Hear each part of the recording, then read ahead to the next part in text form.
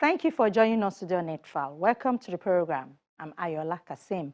Countries are racing to prepare for extreme weather later this year as the world tips into an El Nino, a natural climate phenomenon that fuels tropical cyclones in the Pacific and boosts rainfall and flood risk in parts of the Americas and elsewhere. The United States National Oceanic and Atmospheric Administration declared that an El Nino is now on the way. The past 3 years have been dominated by the cooler La Nina pattern. Scientists say this year looks particularly worrying. The last time a strong El Nino was in full swing in 2016, the world saw its hottest year on record. Meteorologists expect that this El Nino, coupled with excess warming from climate change, will see the world grapple with record high temperatures, and one we should all be prepared for record heat waves. El Nino, born out of unusually warm waters in the eastern Pacific. It forms when the trade winds blowing east to west along the equatorial Pacific slow down or reverse as air pressure changes, although scientists are not entirely sure what kicks off this cycle. Because the trade winds affect the sun-warmed surface waters, a weakening causes these warm western Pacific waters to slush back into the colder central and eastern Pacific basins. That this El Nino is happening while the world's oceans pretty much everywhere are warmer than average. That's not normally something that we see. El Ninos don't mean that the global oceans themselves everywhere pretty much are warmer than average. Usually El Nino, it's just you're thinking about the Pacific Ocean and ocean temperatures mainly around the tropics with some impacts north and south. But the fact that this is happening while the oceans are already so warm, the Atlantic is very, very warm. The Western Pacific is pretty warm. The Indian Ocean is really warm. So that in and of itself, even if there wasn't an El Nino, would mean that there's an increased risk for coral bleaching in tons of different places around the globe. During the 2015 to 2016 El Nino, the strongest such event on record, anchovy stocks off the coast of Peru crashed amid this warm water incursion, and nearly a third of the corals on Australia's Great Barrier Reef died. In too warm waters, corals will expel living algae, causing them to calcify and turn white. This buildup of warm water in the eastern Pacific also transfers heat high into the atmosphere through convection, generating thunderstorms. So it's kind of almost a double whammy. You have warming oceans due to climate change, and then you have another thumb on the scale of warming related to El Nino, which can really be quite dangerous for corals across a large portion of the South Pacific and getting into parts of the Western Pacific even too on occasion.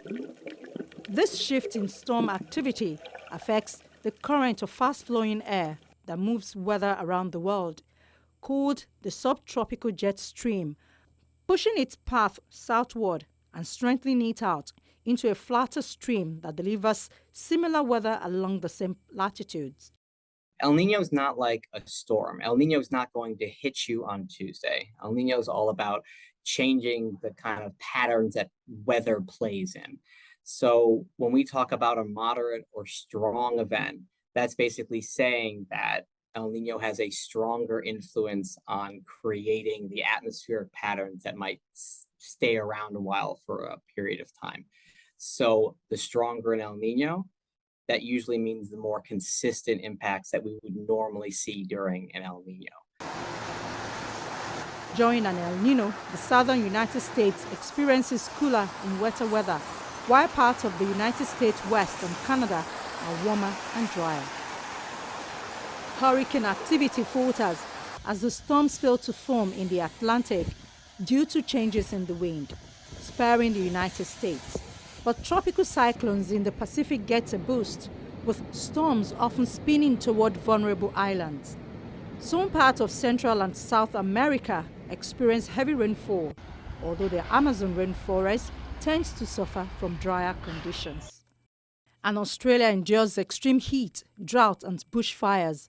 El Nino could offer a reprieve to the Horn of Africa, which recently suffered 5 consecutive failed rainy seasons. El Nino brings more rain to the Horn, unlike the triple-dip La Nina, which desiccated the region.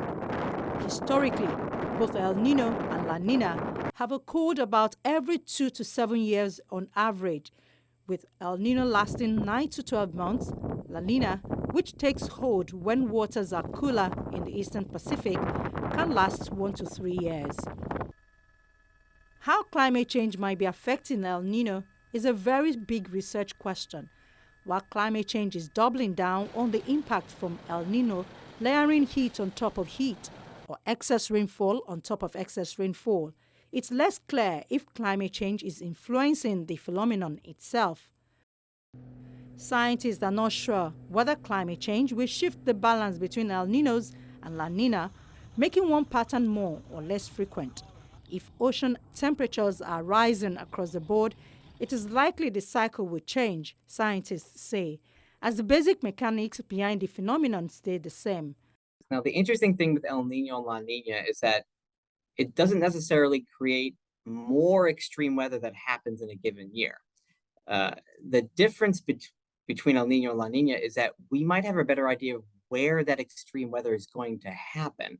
In any given year, let's say there's no El Nino or La Nina, sometimes it's kind of up to Mother Nature to figure out where those extreme weather events may happen. And that makes it difficult to plan in advance. The benefit with El Nino and La Nina, even though if you're in an area that sees a lot less rainfall or a lot more rainfall, is that one, we can predict El Nino months and months in advance, up to 6 months in advance at times. And then we might know where those impacts are going to happen, again, months in advance. This allows for a lot more planning to take place across the entire world. However, if some parts of the ocean are warming faster than others, that could influence how El Nino plays out by amplifying temperature differences. For 2024, I think is a year that if you're looking for a potential global record in terms of temperatures in El Nino with the continued warming since the 2016 El Nino, could lead to 2024 being one for the record books. But that is, of course, no means a guarantee because weather and the randomness of our atmosphere still plays a part. But most of the warmest years on record that we've seen in the past have happened due to the influence of El Nino because it gives that little bit extra push onto the global temperatures on top of the warming that we're already causing due to human-caused climate change. Meanwhile, experts are currently concerned about what is going on in the ocean. And El Nino means that waters in Eastern Pacific are warmer than usual. Even before this El Nino began in May, the average global sea surface temperature was about 0.1 degrees Celsius higher than any other on record. That could supercharge extreme weather. Governments in vulnerable countries are taking note. Peru has set aside $1.06 billion to deal with El Nino's impacts and climate change, while the Philippines, at risk from cyclones, has formed a special government team to handle the prediction fallout. This year's El Nino could lead to global economic losses of $3 trillion, according to a study published in May in the journal Science. Shrinking GDP as extreme weather decimates agricultural production, manufacturing, and helps spread disease. In general, El Nino tends to be a dry signal across the maritime continent, Indonesia, the Philippines, and getting into Australia as well across the June, July, August, September month period. So when you're drying out conditions, you're always going to be increasing the risks for wildfires. It doesn't necessarily mean that you're going to have a spark that sets off a wildfire, of course, or a bushfire, but a dry signal is not something that you would like to see if you're concerned about fires coming out for the rest. And with the El Nino weather pattern, the World Meteorological Organization says for the first time ever, global temperatures are now more likely than not to breach 1.5 degrees Celsius. But that did not necessarily mean the world will cross the long-term warming threshold of 1.5 degrees Celsius above pre-industrial levels, set out in the 2015 Paris Agreement. 2022's report had put the odds at about 50-50. There's a 66% chance that we would exceed 1.5 degrees during the coming 5 years.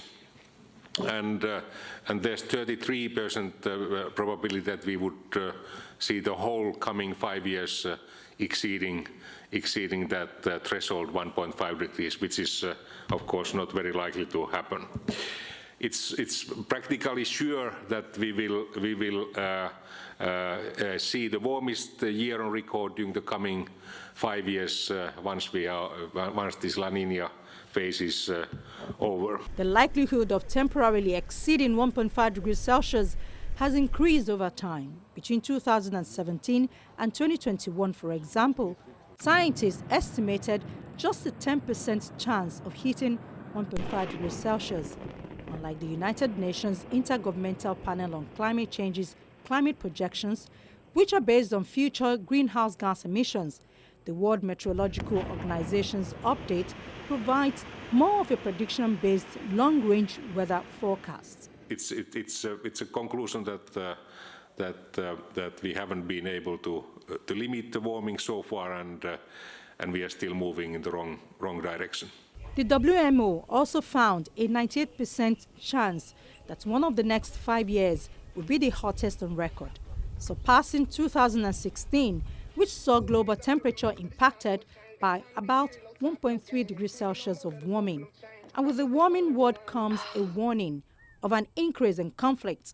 It is believed that while conflict exacerbates the effect of climate change, at least indirectly, drives conflict.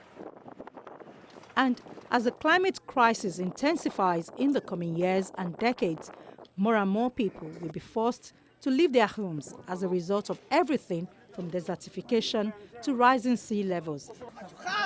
How will countries cope with the influx of refugees from, for example, Pacific Islands, which are submerged, and will the sharing of already scarce resources lead to conflict? We already see a strong correlation between member states facing fragility and those facing climate change. Of the 16 countries that are the most climate vulnerable, 9 of them host a UN field mission, namely the Central African Republic, the Democratic Republic of the Congo, Sudan, South Sudan, Afghanistan, Somalia, Mali, Haiti, and Yemen. It is also important to note that the majority of UN peace operations are deployed in contexts that are both highly climate exposed and characterized by high levels of gender inequality. The 9,345th meeting of the United Nations Security Council on Climate Change, Peace and Security is aimed at exploring how climate change affects the capacity of United Nations peacekeeping and special political missions to implement their mandate, from basic access to at-risk populations and their protection, to managing tensions and supporting peace processes and sustainable peace. Military engineers in South Sudan are diverted to dealing with the floods and building of dikes on a full-time basis so that they can safeguard critical infrastructure such as IDP camps, UNMISS's own bases, major roads and the airstrips. In Somalia, years of conflict have ravaged the resilience of the state and communities.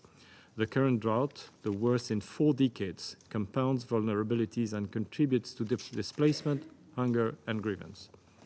In Iraq, water scarcity, rising temperature and dust storms put heightened pressure on intercommunal relations. Experts warn that the evidence is clear that climate change does not contribute to increased conflict, but along indirect pathways. There are a variety of context factors, in particular socioeconomic conditions, governance and political factors that interact and play a key role in translating climate change into conflict risks. The Intergovernmental Panel on Climate Change report says evidence suggests that changes in rainfall patterns amplify existing tensions. It affirms the strength of the evidence that climate and weather extremes are increasingly driving displacement across all regions. In these and many other places, the cascading effects of climate change are reshaping the parameters for our work on conflict prevention, peacemaking, peace building, and peacekeeping. We've been told that the relationship between climate change, conflict, and displacement is complex and context-specific. Oversimplification may lead to inappropriate or ineffective action. That being said, we've also been told unless we invest more in supporting those communities that are on the front lines of the climate emergency to better adapt and prepare for the unavoidable surge in extreme weather events, then there is likely to be an increase in the preconditions for conflict and violence to take place.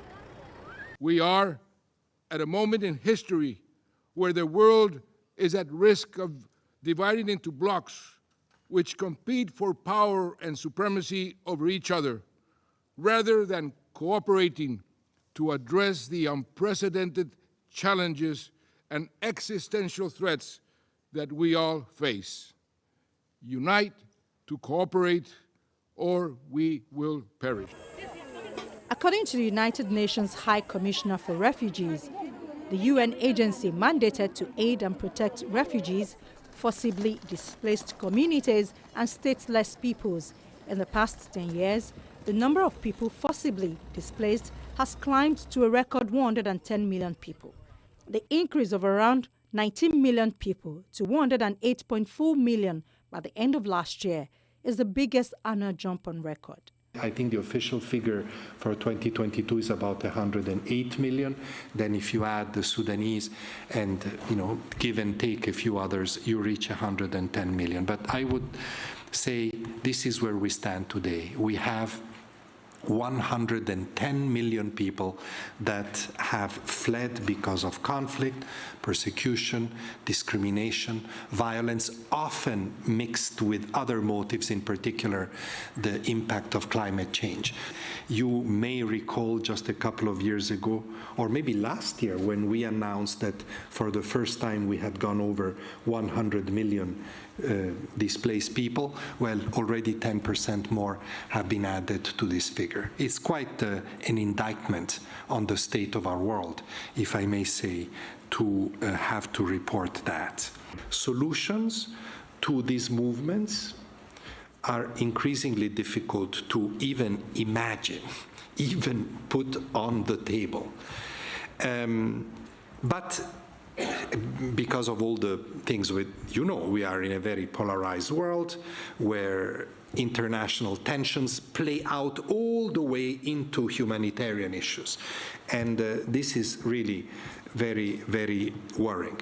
Madam President, Excellencies. The debate on climate change in the Security Council once again highlights the crucial importance of considering the climate security nexus, as well as the need to act in the face of the consequences to international peace and security. There is the need for simplified climate finance tools that are tailored to conflict countries, reach the ones most in need, and serve climate adaptation, which is a top priority for the region. Global steps to tackle climate change must be ramped up, and the world needs to more aggressively reduce its reliance on coal and other fossil fuels, U.S. Special Climate Envoy John Kerry said to the United Nations Security Council. The Council was told that there is no need for debate on the science. The crisis is growing. It's undermining the collective peace and security, and without concerted action from this United Nations Security Council and every single governmental entity that deals with this, without that effort, it is believed the war's impact is going to get worse, and it will continue to threaten our peace, our lives, our security in greater fashion every day, every year, when we do not do what we know we need to do. It's now indisputable that the climate crisis is one of the top security threats, not just to the developed world, but to the entire planet, to life on the planet itself. And it is a crisis that already today costs countries billions of dollars each year, which we spend not even to prevent at this point, but just to clean up the mess. And most importantly, it costs the world millions of lives. It's an active threat against the livelihoods and the peace of people everywhere on this planet. In the day debate, more than 70 speakers tackled the issue of the climate crisis security nexus, with many urging the Council to expand the measures and mechanisms already underway to curb the impact climate-related changes have on both peacekeeping operations and the regions in which they are located. There's no finding peace for the 7 million people a year who die around the world from the impact of greenhouse gas pollution. Pollution. We fail to call it pollution as frequently as we should, I think, because that's what it is. And without action, the climate crisis destruction costs will go up and the spread of its impacts will grow. It is fair to say that the world we experienced last year will be a better world than the one we're going to experience this year or for the foreseeable future, unless we do a better job of attacking the crisis itself.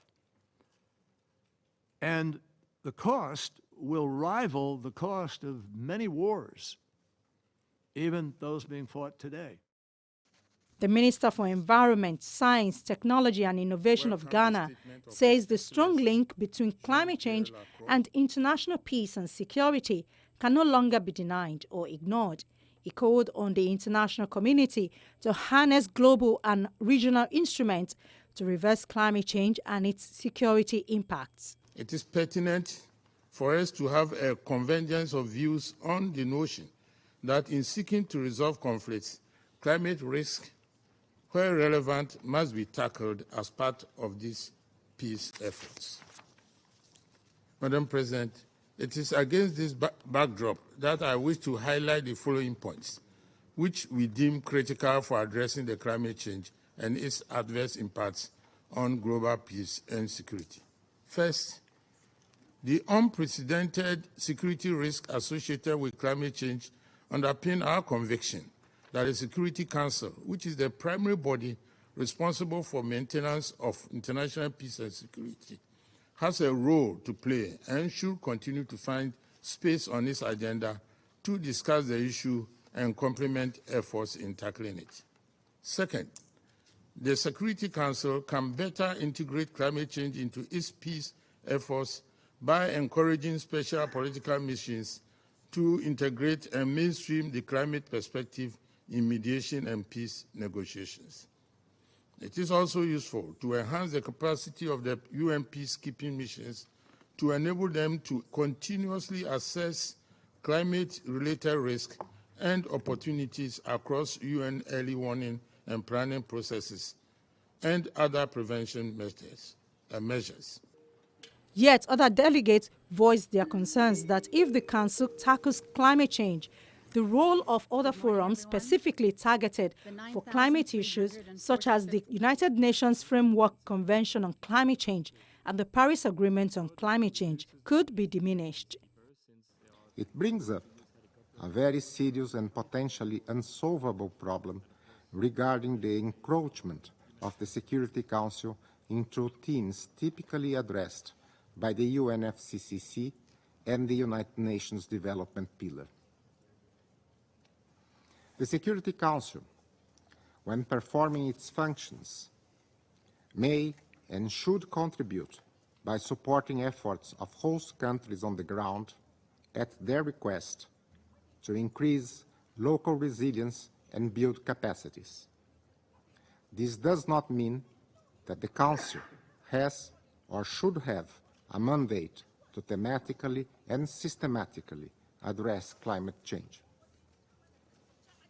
Let us not forget that according to the IPCC, which is our multilateral body responsible for climate change science, the influence of climate change on conflict is assessed as, and I quote, relatively weak when compared to other socioeconomic factors. The IPCC also stresses that vulnerability to climate change is higher in locations with poverty, governance challenges, and limited access to basic services and resources. And that, and I quote again, development challenges causing high vulnerability are influenced by historical and ongoing patterns of inequity such as colonialism." End of quote. Madam Chair, not only does the Security Council lack the necessary legitimacy to address climate change in a consistent, comprehensive, and meaningful way, it also lacks the adequate tools. The UNFCCC and the development pillar of the UN already have the proper tools and mechanisms to address the underlying development challenges and to reduce vulnerability to climate change in fragile contexts.